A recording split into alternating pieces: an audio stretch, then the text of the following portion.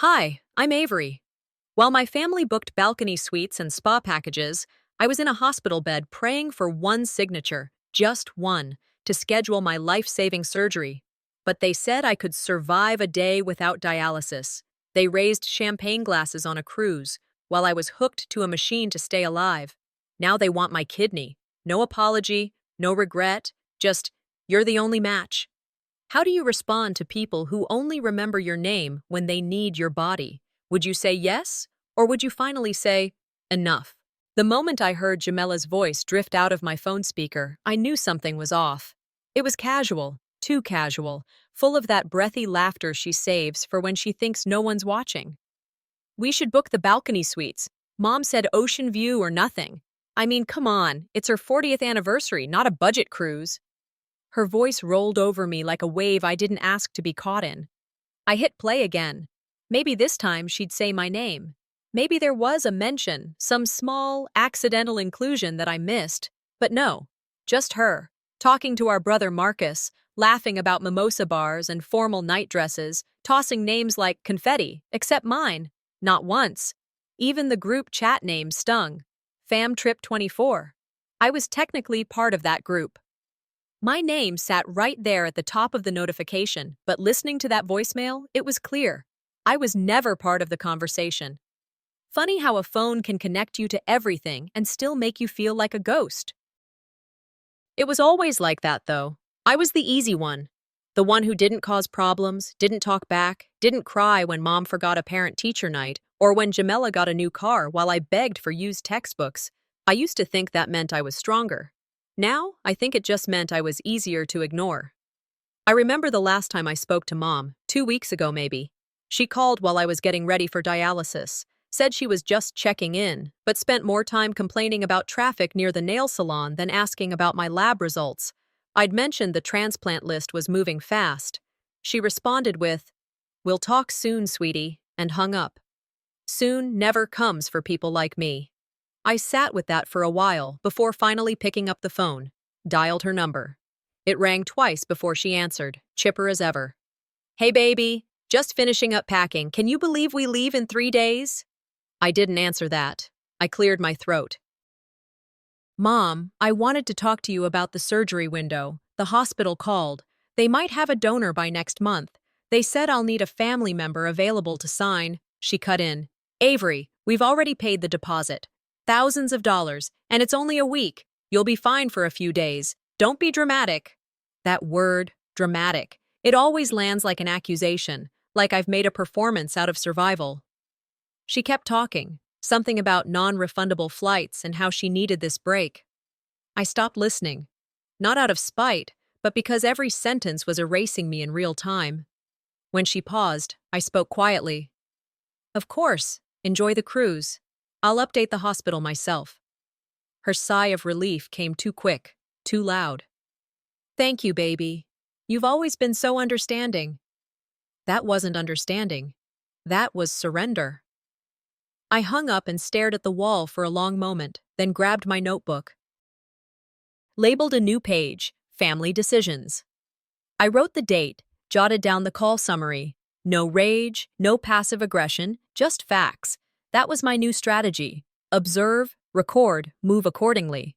I opened my hospital binder and scanned the checklist again. Secondary signer required. I scrolled through my phone contacts. Marcus? No. Jamela? Absolutely not. I stopped at Mom. Ice. Emergency contact? Not anymore. I deleted the entry, thumb hovering just long enough to make it count. Then I called legal aid and requested a free consultation for a medical power of attorney. The volunteer on the line, a soft-spoken woman named Dana, scheduled me for Thursday. I felt like I was making arrangements not just for my surgery, but for my future self. The one that no longer asked to be saved, only not to be sabotaged. On a yellow sticky note, I wrote, "No family contact unless life or death. And even then, ask me first." I stuck it inside the binder. Bright. Clear. Unapologetic. Later that evening, my phone buzzed again. A group message titled, "Countdown to Paradise," lit up the screen. My stomach clenched before I even opened it. Inside were photos, screenshots from a FaceTime call, Everyone grinning, drinks raised, comparing cabins and outfits. Jamela was in the middle of it all, camera tilted just enough to show off her manicure. And then I heard it. A voice, probably Marcus's, saying, "Don't worry, Avery's tough. She'll survive a day without dialysis, right?" The room went quiet, even though nothing had changed. No one was around. The lights were still dim. The tea on my counter had gone cold. I played the message again. "She'll survive a day without dialysis." Not a joke, not a jab. Just said, like a fact. Like someone commenting on the weather. Like I wasn't even real, just some inconvenient item on a to-do list they hoped wouldn't spoil their cruise. I put my phone down, slowly, carefully. Then I sat on the floor and stared at nothing for a long while, not crying, not trembling, just unraveling, because it wasn't the cruelty, it was the ease. I listened to it again, the sentence. "She'll survive a day without dialysis." Not shouted, not whispered, just said, tossed into the air like it didn't matter, like it wasn't tethered to a real person breathing through real pain. I played the video over until my phone battery flashed red. Still no tears. Just this dull ache in the center of my chest that refused to budge, like someone left a window open during a storm and all the heat had escaped the room. Some words don't stab. They seep. They sink in slowly, rearranging the wiring inside your head until you stop expecting warmth from places you used to call home. I didn't text back. I didn't call. I sat there and mentally drew a dotted line between myself and my family, not to separate us. No, that would have taken effort.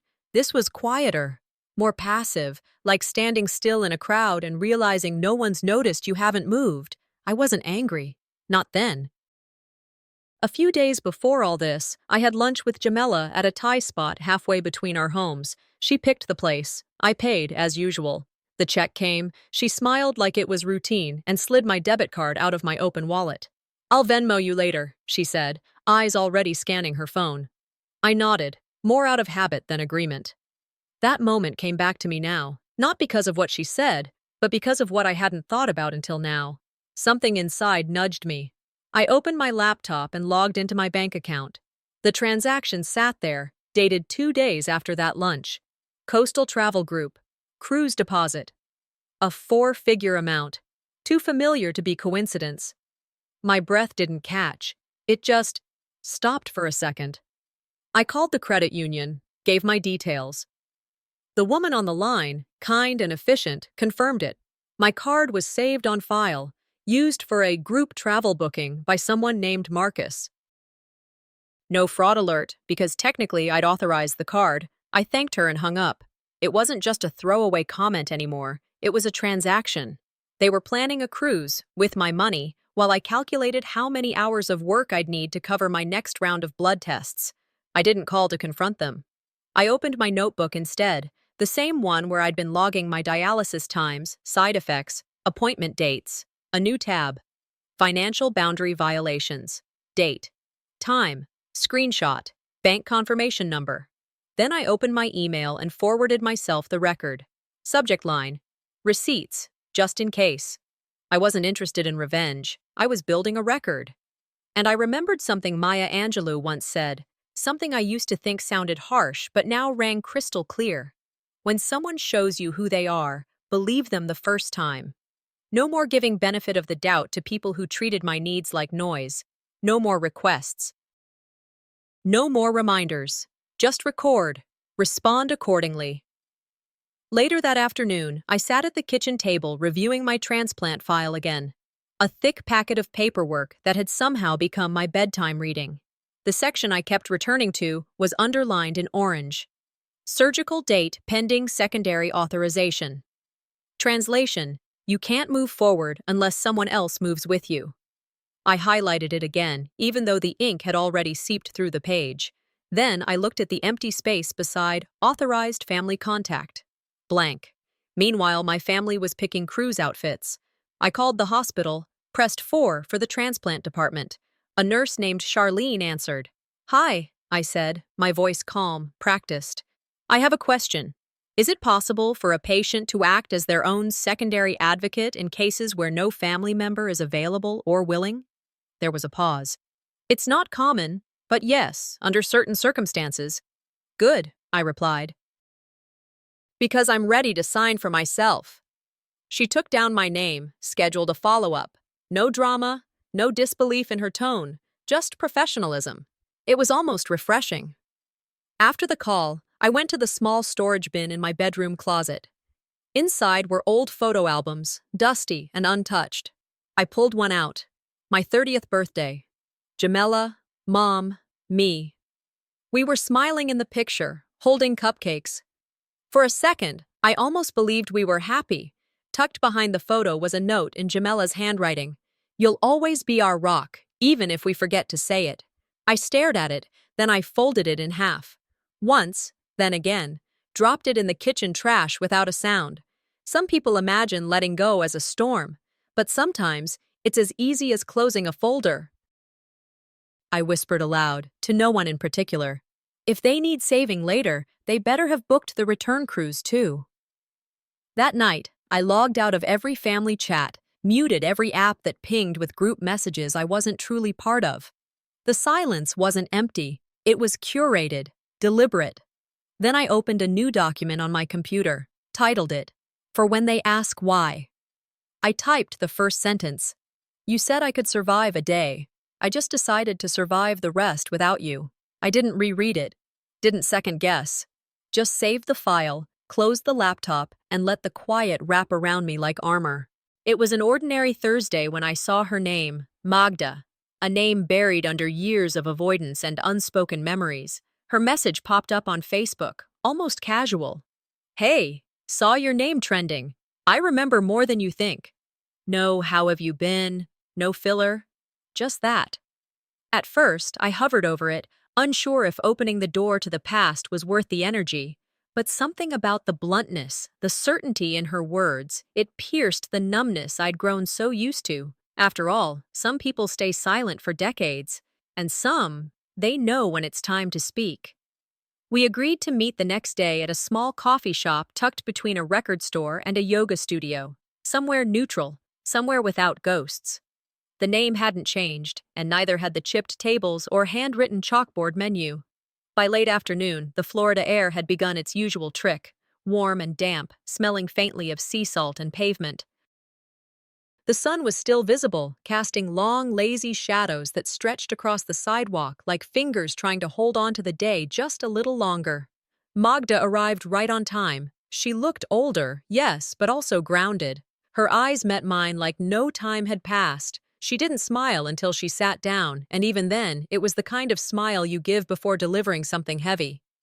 So, she began, stirring a cup of tea she hadn't tasted. I figured now was the time. There wasn't a script. We started with small talk, jobs we'd left, cities we'd passed through, people who got married we thought never would, but the weathered surface cracked quickly. You remember middle school? She asked. I nodded, but it was vague. You used to come to school dizzy. I'd save my Pop-Tarts for you. You'd say you skipped breakfast, but I always figured it wasn't your choice. I didn't respond. Her voice didn't tremble. She wasn't there to pity me.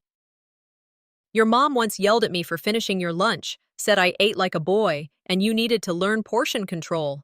That stayed with me. I didn't need to ask if she meant to shame me with that memory. She didn't. What she gave me was something else. Confirmation. I wasn't just remembering things wrong. I wasn't being sensitive. These weren't flukes. They were patterns. Later that evening, after returning home, I logged into an old medical portal out of curiosity more than purpose. Password reset, two-factor authentication, a digital path I hadn't walked in over a decade. Inside, buried in a section labeled Archived Reports, I found it, Pediatric Nephrology, age 14. Notes in sterile clinical terms. Signs consistent with early renal insufficiency. Suggest family follow-up. No further action recorded. No follow-up scheduled. No confirmation of visit. No acknowledgement of escalation. They knew. They didn't forget. They didn't misunderstand. They chose not to act. I stared at the screen for several minutes before hitting Download PDF. named it Ignored Early Onset PDF, and added it to the same folder I'd been building. Receipts. The most painful realizations aren't the dramatic ones. They're the ones that arrive quiet and undeniable. My hands moved to open another document, but my thoughts had already slipped into something else, a memory long buried. Gym class, 14. Midday heat pressing against my skin. I remember running laps and suddenly feeling like the air had been sucked out of the world. My knees buckled. I hit the ground hard. My coach rushed over, panicked, tried to get me water, offered to take me to the ER. Mom arrived 20 minutes later, heels clicking against the tile. "She's just being dramatic," she told him. "She's always been sensitive to heat. She's fine." I wasn't fine. But when your body betrays you and your voice is dismissed, you begin to wonder if maybe the silence is your fault too. For years, I believed I was fragile. Turned out I was just ignored. The betrayal was never a knife. It was an absence, a series of doors that never opened when I knocked. After dinner, I walked to the pier near the edge of Bayview Park. It had been years, but the benches were still there, slightly warped, a little rusted. A couple of families were scattered around, walking their dogs or sharing ice cream cones. I sat and watched a man tell his daughter to sip water slowly. "You're looking a little pale, honey. Let's take a break." That's what did it.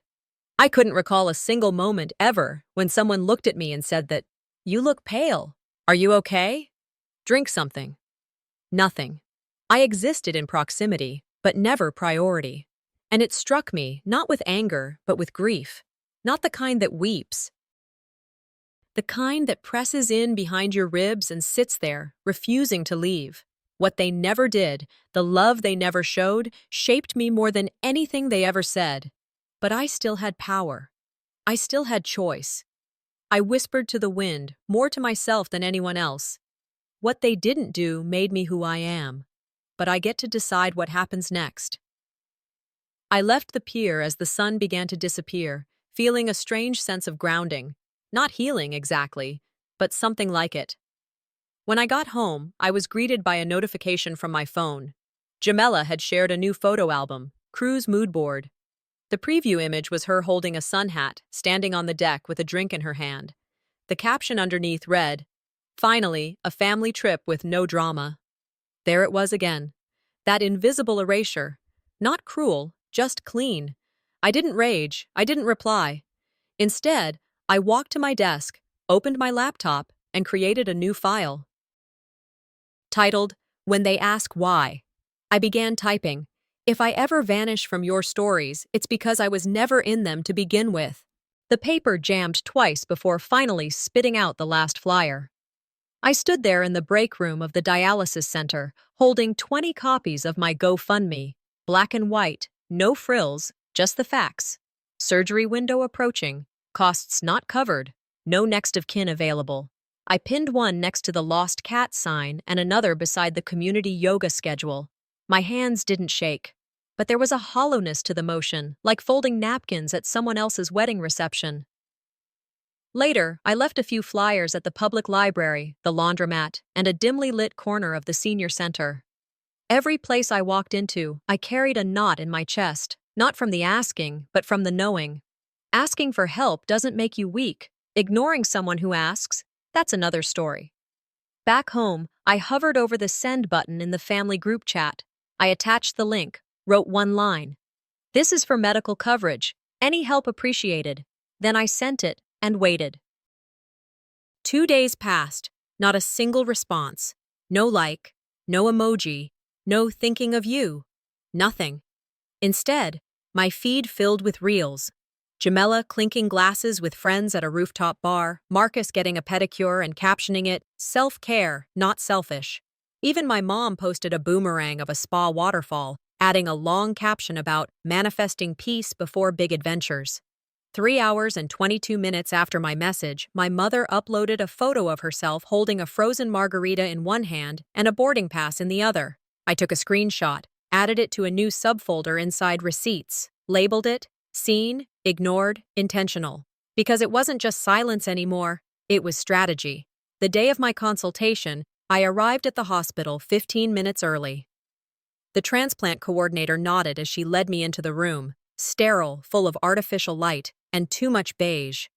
2 doctors, 1 nurse, a clipboard, 3 chairs. I took one. The one beside me stayed empty. A small part of me expected someone to walk in late, to pretend they'd gotten caught in traffic or misread the appointment time, but no one came. That chair remained vacant the entire hour. One of the doctors looked up and asked gently, "Ms. Grayson, is there anyone you'd like us to call for this session? A family member?" I shook my head. No one who'll pick up. No pity in their eyes, just understanding. And for once, I appreciated the silence. By the end of the consultation, I had signed 4 forms and made 3 more decisions. When asked about legal consent, I simply said, "I'll handle this myself." The doctor hesitated, not out of doubt, but obligation. "We usually recommend another signer, someone to assist post-op." I looked him in the eye. "I've done harder things alone." He nodded. I walked out of that room taller than I'd entered. Not triumphant, just grounded. Outside the main exit, I stopped near a planter full of wilting geraniums and pulled out my phone. Opened a blank text. "To me. Message. Today, I became my own emergency contact. Send." That night, I lit a candle, not out of ritual, but for light. I opened my notebook and turned to a fresh page. Title: What Silence Says. I began writing. When they don't reply, it's not because they forgot. It's because they measured your value and found it inconvenient. I wrote every moment from the last 6 weeks. What I sent, what they didn't say, the cruise, the fundraiser, the margarita. I taped a yellow sticky note above the page. Proof is power when words are denied. Then I did something I hadn't planned. I made another GoFundMe. This time, anonymous. No name, no backstory. Just facts. Woman, early 30s, on transplant list. Needs help. Alone. Within 2 hours, 15 strangers donated. A retired teacher sent $50 with a message. No one should face this alone. I didn't post a thank you. I didn't share the link. I just watched. And for the first time, I felt seen. Later that evening, as I was brushing my teeth, my phone buzzed. Message from Jamela. "Sorry, haven't checked your message. Cruise Wi-Fi sucks. LOL. Hope you're okay, though." I stood frozen for a second, toothbrush still in hand. I read it again, and again. No apology, no acknowledgement, just her usual flippant way of performing concern. My reply was immediate. "No worries. You've missed enough already. What's one more?" Before she could respond, I deleted the thread, blocked her number, then deleted the entire chat. Back at my desk, I opened my laptop, renamed my receipts folder. Now it read, "Evidence of a family that forgot." The office smelled faintly of printer ink and stale air. I sat across from my transplant coordinator, legs crossed, hands folded tight in my lap. She wore a cardigan that looked too warm for the Florida heat and had the soft kind of voice that people use when they expect the conversation to bruise. "We followed up with your family," she began. "Your parents declined the compatibility testing, formally." I didn't blink. I just leaned slightly forward. "Can I get a copy of that?" She hesitated. "Of course. It's your right." As she slid the paper across the desk, I glanced at it once, then folded it neatly and placed it in my bag without a word. I knew how many hours of my life this single sheet represented, how many silent prayers, how many nights I told myself, "They'll come around, they just don't understand." Now I had proof that they understood just fine, and still said no. They didn't just choose a trip, they chose not to save me. I walked out of the building with the Florida sun glaring like it had something personal to prove. The report in my bag felt like a brick, and every step home echoed louder than the last. At the corner, I paused at the park with the old stone monument dedicated to local veterans. The names etched into granite stood silent, some of them kids barely 20 when they died. I sat on the bench nearest the statue, letting the wind hit my face, and thought about the word sacrifice. People love using it in speeches, Family does too. We sacrifice so much for you. I've heard that line. But sacrifice without willingness isn't noble, it's manipulation. I remembered one afternoon years ago, Mom folding laundry while watching game shows. I had asked her, gently, why she hadn't come to my school awards ceremony. She never looked up, just said, "Family means always being there. You know that?" Yes, I did know that. I also knew what it looked like when they weren't. By the time I reached my apartment, my muscles ached, not from the walk, but from carrying things no one else ever bothered to help lift. I opened my phone, planning to check the email from the coordinator again, and saw a notification from Instagram instead. Jamela had posted a new reel. I tapped it. Champagne glasses clinked against the backdrop of a cruise ship deck. The sun was just setting, painting her dress in a golden hue. She tossed her hair back, smiling. I wasn't in the video, of course. I wasn't anywhere near that ship, but I had been tagged. The caption read, #family strong, #healing vibes, #grateful journey. There were likes from a few of my mom's church friends, heart emojis from people who hadn't spoken to me since high school. I removed the tag, quietly. Then I opened her profile, blocked the account, and turned off notifications. That night, I got a text from Lindsay, an old coworker who meant well but rarely checked the facts before commenting. "Your sister's posts are so beautiful. Hope you're doing better. Praying for you all." I stared at it for a moment, then typed, "Thanks for asking. I'm surviving. On my own." No follow-up from her, and I didn't need one. That message did something in me. It forced a line to be drawn, not for them, for me. I grabbed a notepad from the kitchen drawer and titled it, "Boundaries." No responding to guilt, no re-explaining what they've already chosen not to understand, no showing up unless they do too, fully and honestly. It wasn't a manifesto. It was survival protocol. That evening, I sat down at my desk and opened a new email to my transplant coordinator. Subject, request, do not contact family again. The words came easier than expected. I was clinical but not cold. Every sentence was shaped with care and steel. I'm formally requesting that no further communication regarding my case be sent to or expected from any member of my family. Please refer only to me as my own primary contact and decision maker. I attached the test refusal form for reference, then ended with, "I have made peace with their absence. Please help me proceed accordingly. I am no longer someone waiting to be chosen." I hit send. Then I turned off my laptop, folded my arms on the table, and breathed. Not relief exactly, but certainty. Later that night, long after the noise of the street faded and the air finally cooled, there was a knock at the door. Not a buzz, a knock. I wasn't expecting anyone, and my first instinct was to ignore it. But something made me move. I walked to the peephole, careful, quiet. It wasn't anyone I recognized. A young man, maybe in his 20s, nervous posture, holding a bouquet of lilies in one hand and a small envelope in the other. I opened the door only halfway. "Can I help you?" He looked startled, but then composed himself. "Ma'am, I was asked to deliver this."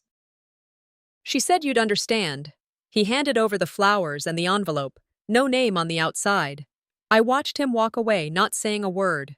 Back inside, I placed the flowers on the counter and sat with the envelope in my lap. When I opened it, my heart stopped. Inside was a name I hadn't heard in a decade. And suddenly, I couldn't breathe.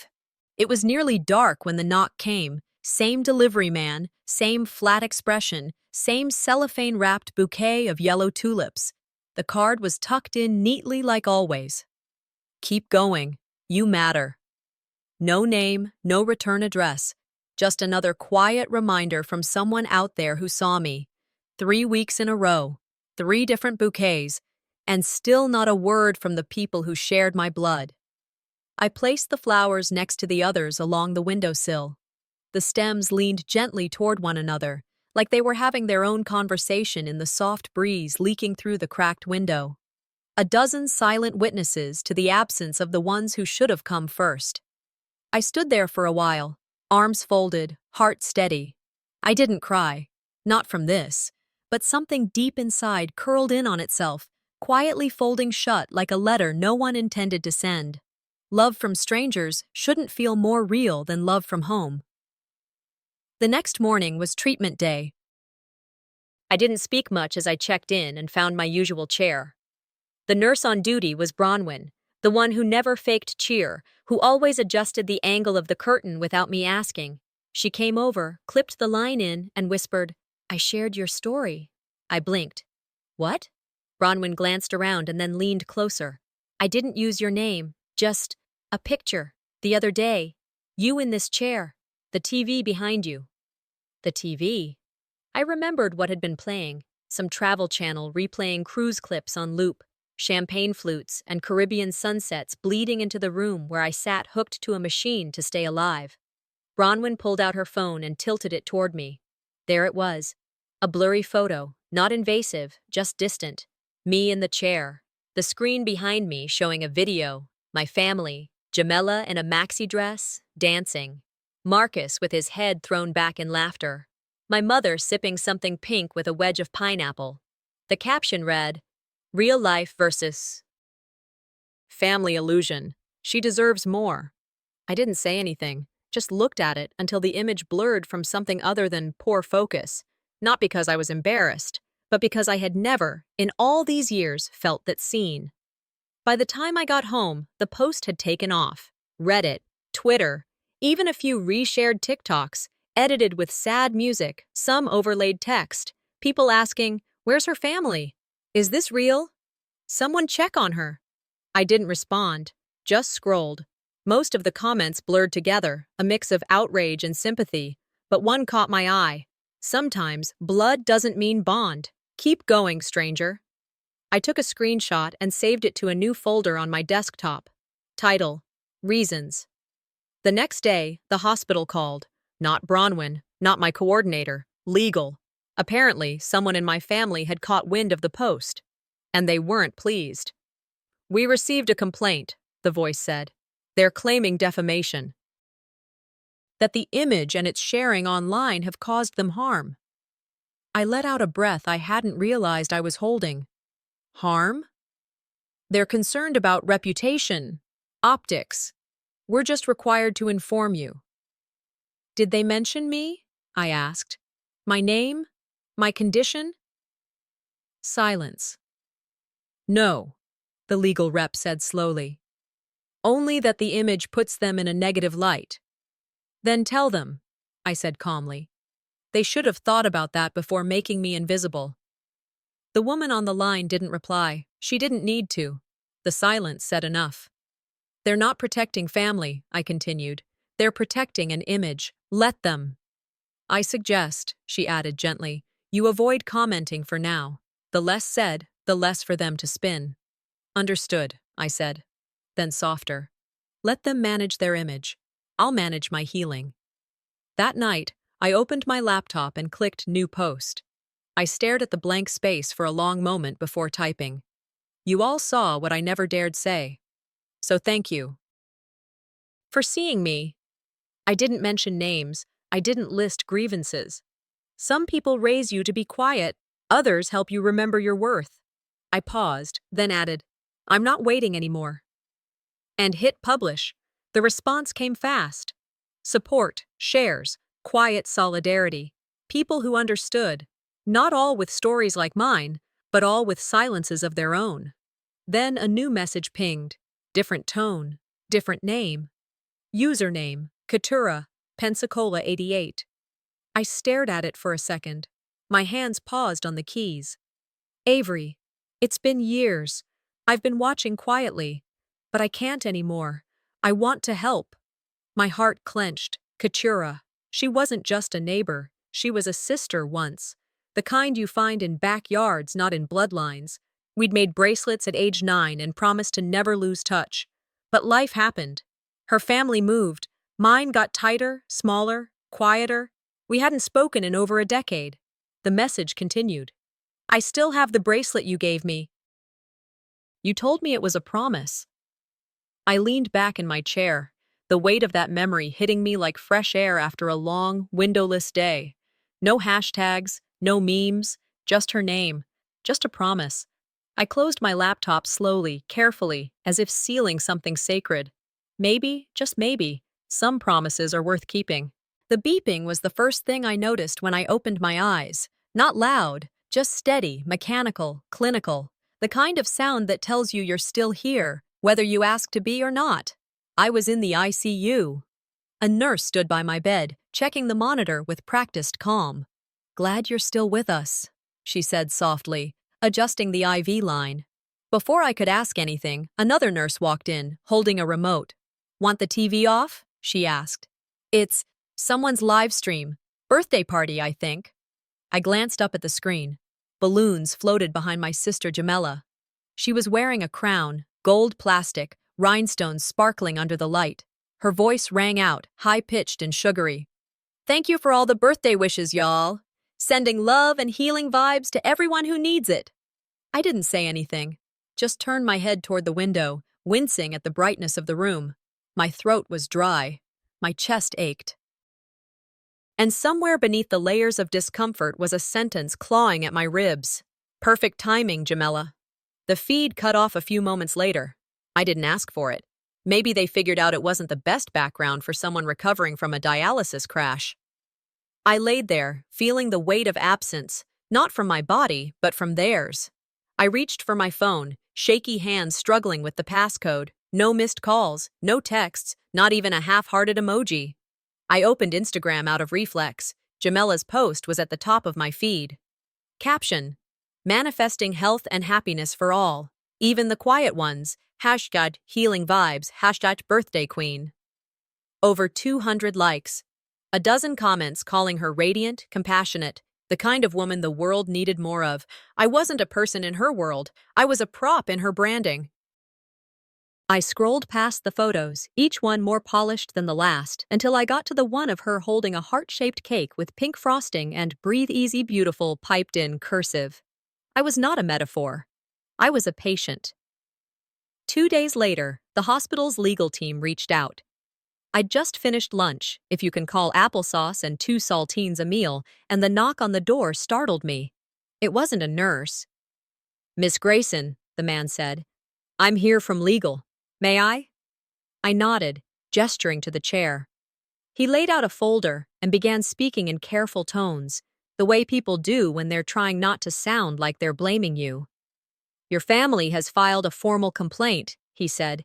"They allege the hospital violated their privacy by allowing an image of you, with them on the TV in the background, to go public." I raised an eyebrow. "So, they're upset the photo made them visible?" He hesitated. "They're claiming defamation." Emotional distress. I laughed, once, sharp and dry. "Do they realize I didn't post it? That I didn't even know it was taken?" "They've also submitted a message," he continued. "It was included in their complaint." He opened the folder and slid the paper toward me. Jamela's words were printed in black ink. "She's manipulating sympathy. She's not even that sick." I stared at it for a long time, then asked, "Can I get a copy of that?" His face didn't change. "It'll be logged with the case file." "Good," I said, voice even, "because the next time someone asks why I went quiet, I want them to see this first." The next morning, I got a text from her. "Hey, hope you're okay. Didn't know it got that serious." I stared at the message for a long time. My fingers hovered above the keyboard, then I typed back. "Which part? The kidneys or the betrayal?" There was no reply for hours.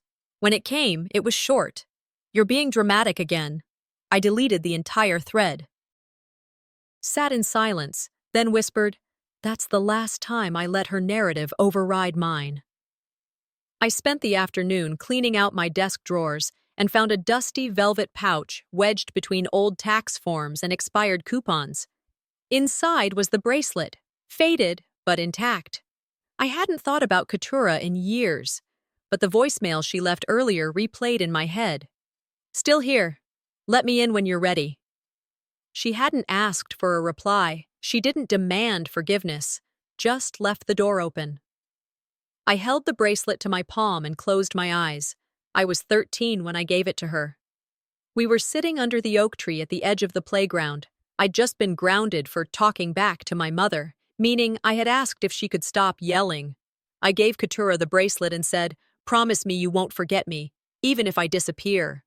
Present-day me whispered, "I finally remember me." That evening, I checked my email before bed. Subject: Family reunion planning. Zoom call. It was from my aunt. I hadn't heard from her since, maybe my last hospital stay, the one no one visited. Her email was polite, vague, distant, like reading a flyer written by a stranger pretending they knew me. Line 4 made me freeze. "Would be great if Avery could join. It's been so long." I read it twice. Then again. I wasn't being invited back. I was being summoned back into a structure that fed off pretense, into a narrative where I was expected to show up, smile, smooth things over. Again, they didn't want me back. They wanted back what they thought I still owed. I opened the reply window, typed 3 words. "You want closure?" Then I added the rest. "I want truth." It was a message from Amber, a cousin I hadn't spoken to in at least 8 years. Her name alone made my stomach tighten. She'd always been the family's peacekeeper, the one who'd say, "Don't make waves," while standing safely on shore. I opened the text expecting something vague, but instead read, "Hey, are you okay with everything that's going on with Uncle Henry?" I blinked. "Uncle Henry? Dad." "What do you mean?" I replied. She responded with a screenshot from a family group chat titled, "Support Dad." Names lined the top: Jamela, Marcus, Mom, even Aunt Claudia. My name was nowhere to be found. The message threads went on for days, talking about his condition, his fear, the transplant options. Then I saw it. "Should we ask her?" Jamela wrote. Marcus chimed in, "What if she says no?" And my mother, "Let's wait. Timing matters." That was the moment something in me flipped. They had been discussing my body, my kidney, without including me, like I was a resource, a donor. Not a daughter, not even a person. Later that night, the message came. Of course, it came from Jamela. "Avery, we need to talk. It's about Dad." No greeting, no warmth. Just the same clinical tone I'd grown used to hearing from doctors. I didn't answer immediately.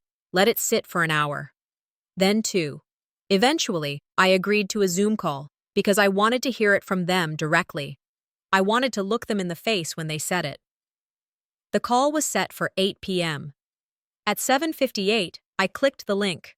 Their faces loaded one by one. Jamela's heavily filtered, Mom's lips pinched, Marcus chewing on something off-screen.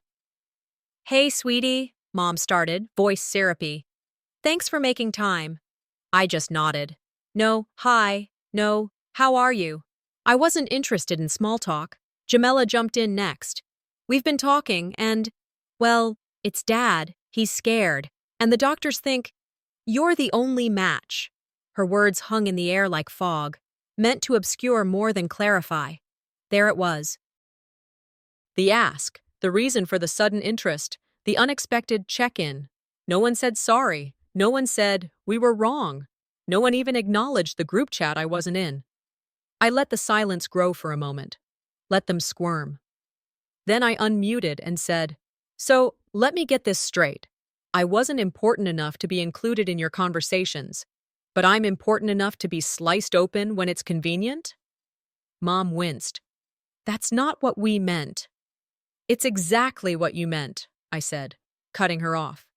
"You've all mistaken my silence for compliance, for softness, for forgiveness. That ends now." Jamela's face hardened. "Avery, this isn't the time for drama." I stared at her through the screen. "You've called me dramatic so many times, I think you forgot I'm also decisive." Dad, finally speaking, said, "We just didn't know how to ask." "No," I replied, "but you knew how to exclude. You knew how to protect each other. You knew how to strategize, to plan, to delay." That part you handled just fine. No one said anything for a while, not even Marcus, and then I knew. The apology wasn't coming. It never had. It never would. They weren't sorry they hurt me. They were sorry I wouldn't help them now. And I was done being the fallback plan. After I ended the call, I stared at the blank screen, then opened my email. 2. Transplant Coordinator. Subject: Declination of Directed Donation. I kept the language clear, direct. I am formally withdrawing any consideration for directed kidney donation to my father, Henry Grayson. Please mark the decision as irreversible. I hit send without hesitation. The clarity wasn't cruel. It was clean. It was necessary. They're not losing me now, I said out loud to no one. They lost me years ago, in rooms like that, ones I was never invited into. I deleted the Zoom recording, cleared my chat history, removed myself from the email thread Amber had forwarded. And finally, I blocked the family thread altogether. A stillness settled over my apartment. Later that evening, I stepped out to check the mailbox.